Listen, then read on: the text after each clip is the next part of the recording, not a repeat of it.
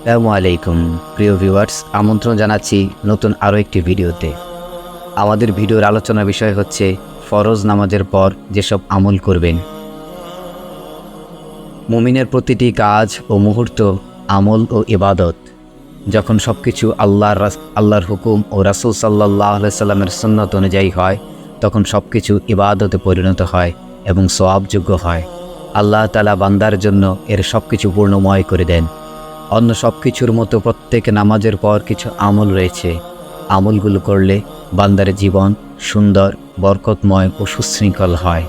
আল্লাহ রাসূল সাল্লাল্লাহু আলাইহি সাল্লাম বলেন, প্রত্যেক ফরজ নামাজের শেষে কিছু দোয়া আছে, যে ব্যক্তি ওইগুলো পড়ে বা কাজে লাগায় সে কখনো ক্ষতিগ্রস্ত হয় না। সহিহ মুসলিম হাদিস নাম্বার 1237। প্রত্যেক ফরজ নামাজের পরের তাসবিহ, জিকির ও আমল উল্লেখ করা হলো।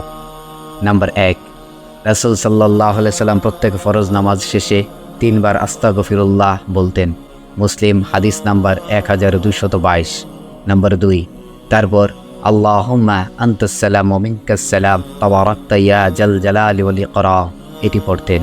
মুসলিম হাদিস নাম্বার 1221।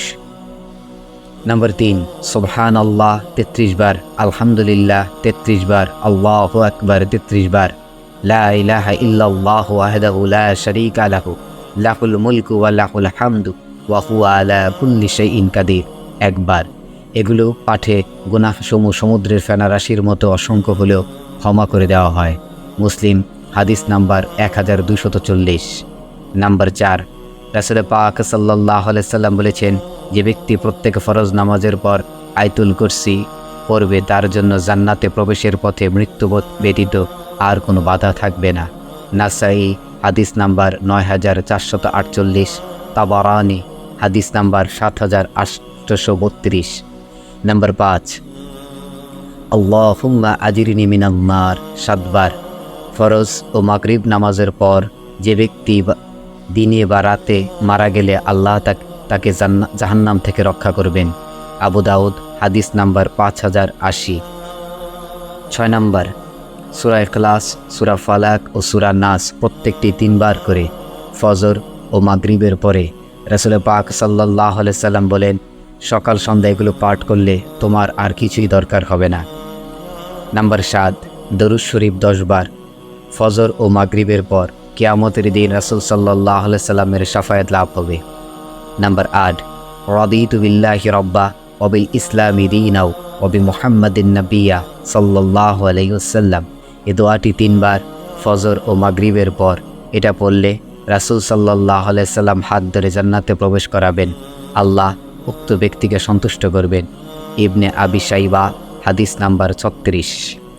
রাসূল পাক সাল্লাল্লাহু আলাইহি সাল্লাম ইরশাদ করেন, যে ব্যক্তি দৈনিক 100 বার বলে সুবহানাল্লাহি ওয়া বিহামদিহি, তার পাপগুলো মুছে ফেলা হয়, যদিও তা সাগরের ফেনারাশির সমান হয়ে থাকে। বুখারী হাদিস নাম্বার 6405, মুসলিম হাদিস নাম্বার 2691।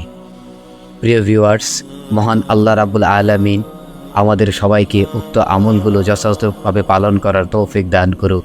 ওমা তৌফিক না ইল্লা বিল্লাহ। সবার সুস্থতা ও নেক হায়াত কামনা করছি। পাশাপাশি আমি অধমের জন্য দোয়ার দরখাস্ত করছি। আসসালামু আলাইকুম ওয়া রাহমাতুল্লাহি ওয়া বারাকাতুহু।